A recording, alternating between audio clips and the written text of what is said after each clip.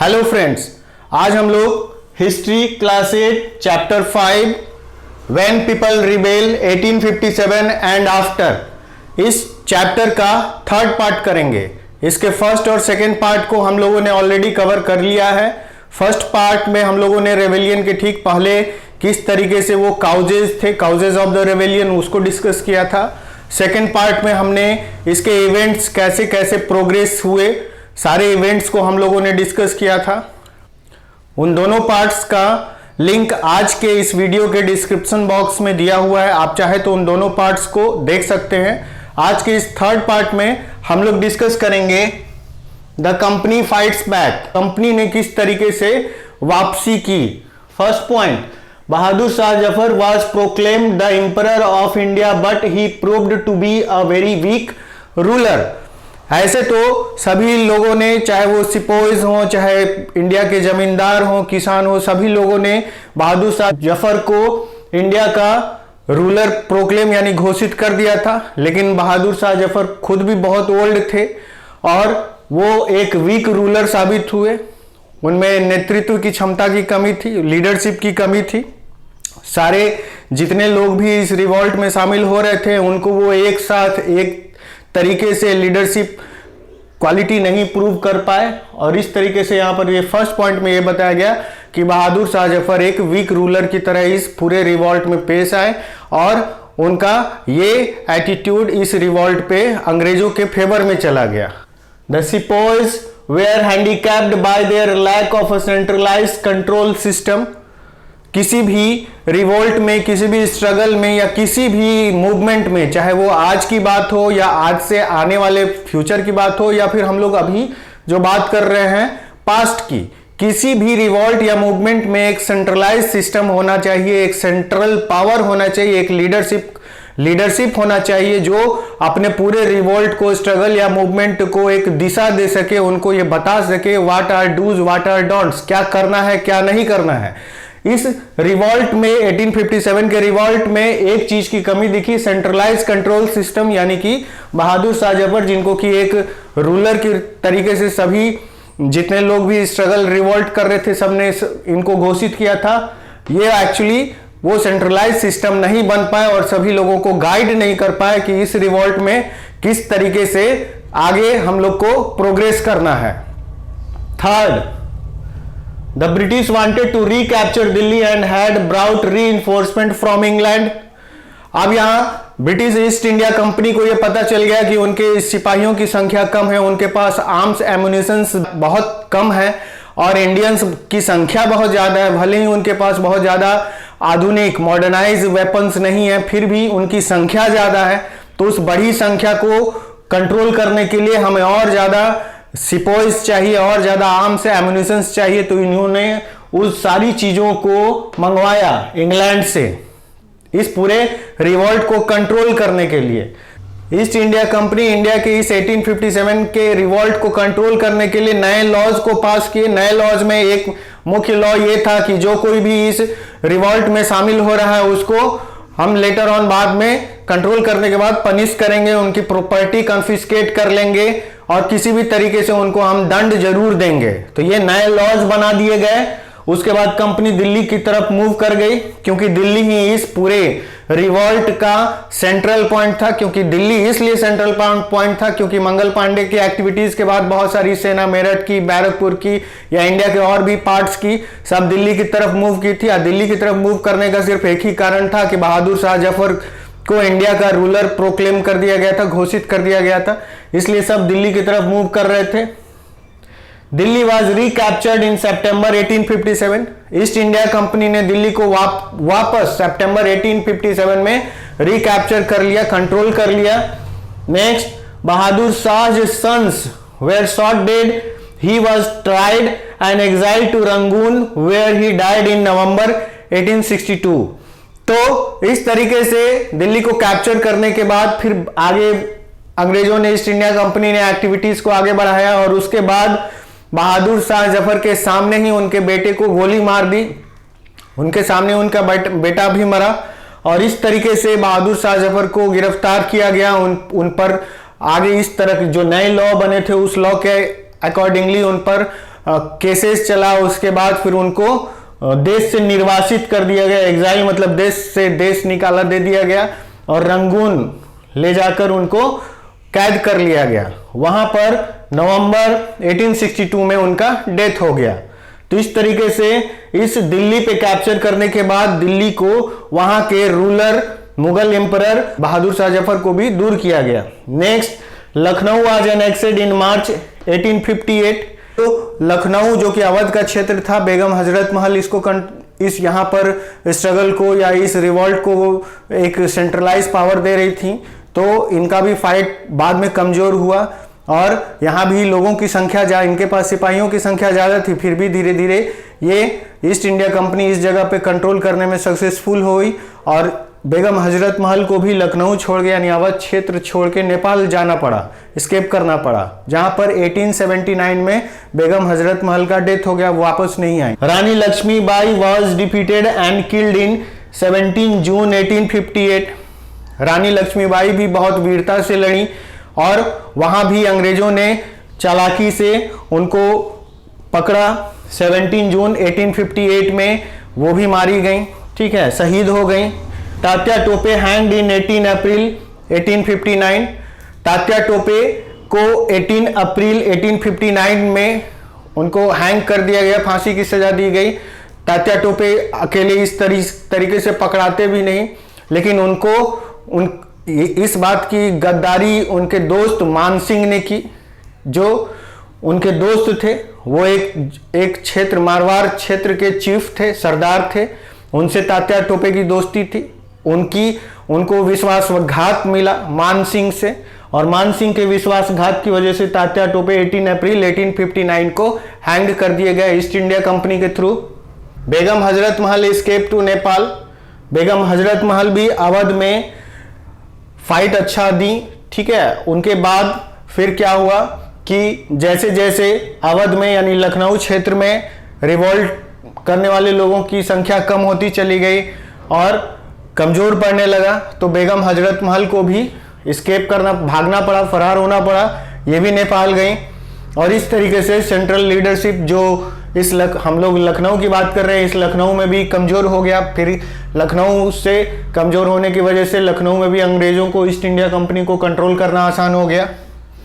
Nepal, Nana Saheb escape to Nepal. नाना साहब नेपाल चले गए।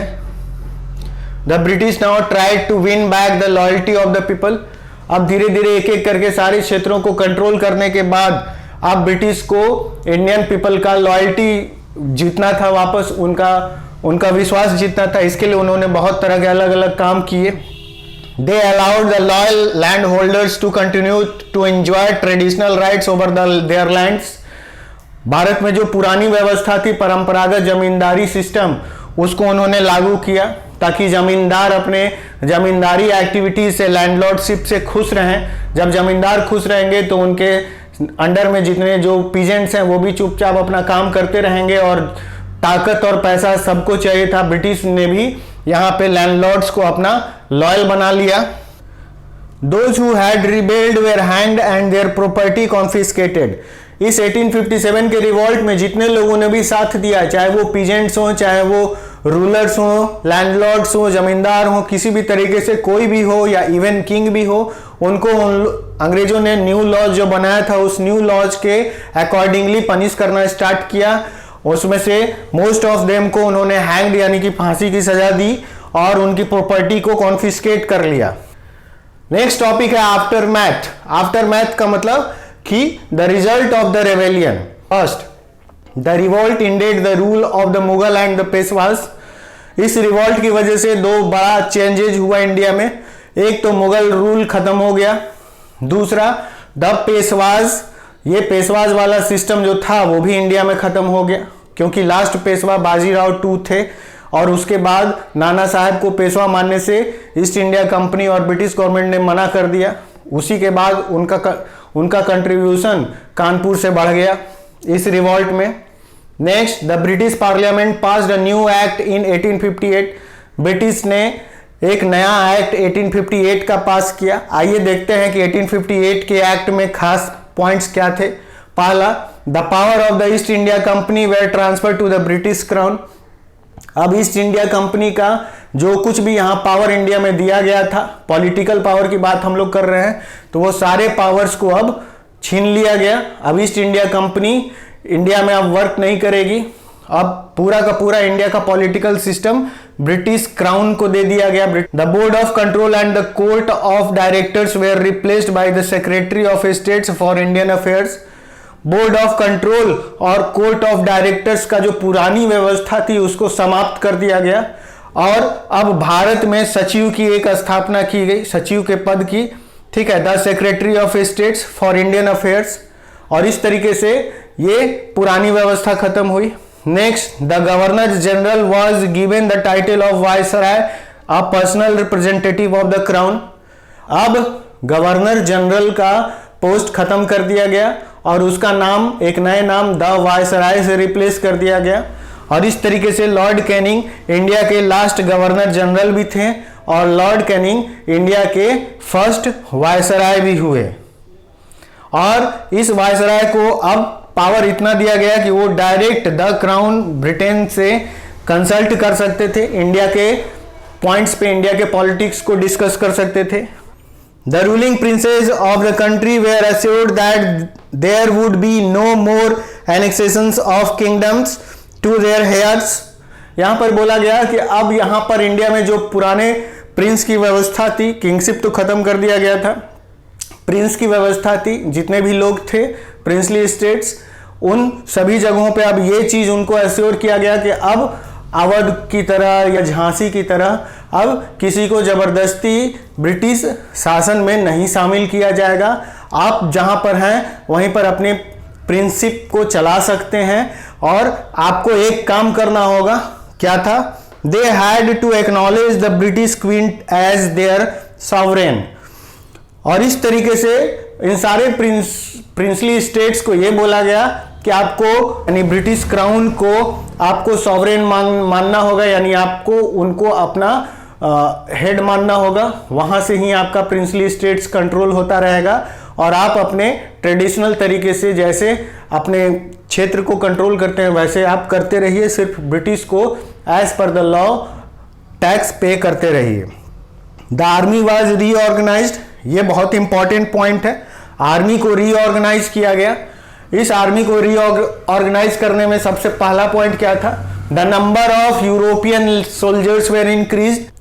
इस रिवॉल्ट में सबसे ज्यादा कंट्रीब्यूशन सिपोइज का था। सिपोइज भी दो रिलीजन को बिलोंग ज्यादा कर रहे थे, हिंदुइज्म एंड इस्लाम।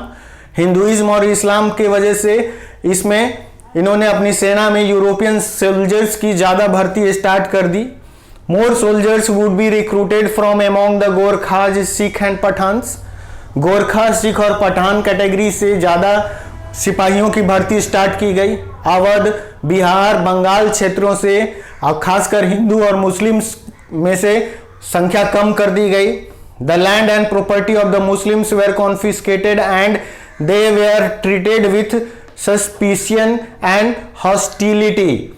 अब मुस्लिमों पे भरोसा कम हो गया था अंग्रेजों का इस 1857 के रिवॉल्ट में उनके एटीट्यूड से। तो इस तरीके से मुस्लिम्स, बहुत सारे मुस्लिम्स के प्रॉपर्टी और लैंड को भी जब्त यानी कॉन्फिस्केट किया गया। और अब अंग्रेज इंडिया में मुसलमानों को सस्पिशियस यानी कि उनको सस्पिशन की तरह देखने लगी कि ये हमारे लिए सपोर्ट में आगे फ्यूचर में आ सकते हैं या नहीं भी आ सकते हैं। British introduces policy to protect landlords and zamindars and provide them security right over their lands। हम लोगों ने अभी देखा कि इंडिया के प्रिंसली स्टेट्स को ब्रिटिश ईस्ट इंडिया कंपनी ने और इस ब्रिटिश क्राउन ने किस तरीके से अपने सपोर्ट में लाया। उनको प्रिंसली स्टेट्स को कंट्रोल करने का पूरा पावर दे दिया, उनको राइट्स दे दिया। और यहां पर अब हम लोग देख रहे हैं कि इंडिया के जमींदार्स, लैंडलॉर्ड्स और चीफ्स को ये पूरा पावर दे दिया कि वो अपने ट्रेडिशनल तरीके से वहां पर जो भी उनका सिस्टम है वो काम करते रहें, बस ब्रिटिश क्राउन को हैंड ओवर करते रहें, टैक्सेस, लैंड रेवेन्यूज ETC। तो इस तरीके से उन्होंने दो ग्रुप को कंट्रोल किया, एक प्रिंसली स्टेट जिसके पास पावर पैसा था और दूसरा इंडिया के जमींदार, लैंडलॉर्ड्स, चीफ्स यानी सरदार जिसके पास पावर और पैसा था। यहाँ पावर पैसा का सीधा मतलब है कि इनके पास भी अपनी सेनाएं थी, तो इन दो ग्रुप्स को, जो इंडिया के थोड़े धनी वर्ग थे, रिच वर्ग थे, इनको कंट्रोल करने का सीधा मतलब था कि फ्यूचर में किसी भी रिवॉल्ट में यदि रिवॉल्ट होता है तो ये दो ग्रुप्स का सीधा हेल्प मिलेगा ब्रिटिश को, और सीधा हेल्प का सीधा मतलब है कि इनका पैसा वो इस्तेमाल कर सकेंगे, इनकी सेनाओं को इस्तेमाल कर सकेंगे इंडियंस के रिवॉल्ट्स को दबाने के लिए। Next, the British decided to respect the customary religions and social practices of Indians। अब ब्रिटिश ने ये देख लिया कि हम लोगों ने सती प्रथा को बैन किया, हम लोगों ने विधवा विवाह को फिर से स्टार्ट कराया, और इस तरीके से कुछ और भी ऐसे एक्टिविटीज या ट्राइबल बेल्ट्स के एक्टिविटीज या जंगलों पर अधिकार, ऐसे बहुत सारे एक्टिविटीज किए जिससे कि इंडिया के आदिवासी या इंडिया के हिंदू या इंडिया के मुसलमान या SC ST कैटेगरी के ये सब नाराज हो गए और रिलीजन के नाम पे नाराज हुए, सामाजिक चीजों के नाम पे नाराज हुए, सामाजिक बदलाव के नाम पे नाराज हुए। तो इस तरीके से उन सारे काम को करना अब ब्रिटिश ने बंद कर दिया, यानी अब किसी भी तरह के कोई सोशल रिफॉर्म्स नहीं करेंगे, किसी भी तरह के कोई रिलीजियस रिफॉर्म्स लाने का प्रयास नहीं करेंगे। तो इससे सबसे बड़ा चीज ये हो गया कि अब इंडिया में रिलीजन और सोशल प्रैक्टिस के नाम पे कोई नया विरोध अंग्रेजों के खिलाफ नहीं स्टार्ट होगा। The revolt failed, but it marked the beginning of a broader struggle against British rule. It paved the way for the rise of the modern national movement। तो इस टोटल का परिणाम ये निकलता है कि 1857 का रिवॉल्ट तो कमजोर हुआ और उसके बाद ये समाप्त हुआ, यहां अंग्रेज ज्यादा ताकतवर दिखे। दूसरा चीज ये दिखा कि ये एक ब्रॉडर लेवल पे इंडिया का एक ऐसा रिवॉल्ट था जिसमें कम या ज्यादा इंडिया के हर एक वर्ग के लोग शामिल हुए, ठीक है, अमीर गरीब सब शामिल हुए, हिंदू मुस्लिम सब शामिल हुए। तो ये एक ब्रॉडर मीनिंग में इंडिया का फर्स्ट स्ट्रगल था अंग्रेजों के खिलाफ, फर्स्ट वॉर ऑफ इंडिपेंडेंस इसीलिए इसको बोला जाता है। और इससे भविष्य में और किसी तरह की स्ट्रगल्स हो और वो भी इस ब्रॉडर लेवल का हो तो अंग्रेजों को हटाना हराना आसान होगा। ये एक कॉन्सेप्ट इस 1857 के रिवॉल्ट से आगे आने वाले जो रिवॉल्ट्स थे या आगे आने वाले जो स्ट्रगल और मूवमेंट थे, इस 1857 के रिवॉल्ट से उनको इंस्पिरेशन मिला, इंकरेजमेंट मिला। मेरा आज का वीडियो कैसा लगा? यदि अच्छा लगा तो काइंडली इस वीडियो को like, comment, share and subscribe कीजिए और अपने फ्रेंड्स को भी इस वीडियो के बारे में, इस चैनल के बारे में बताइए।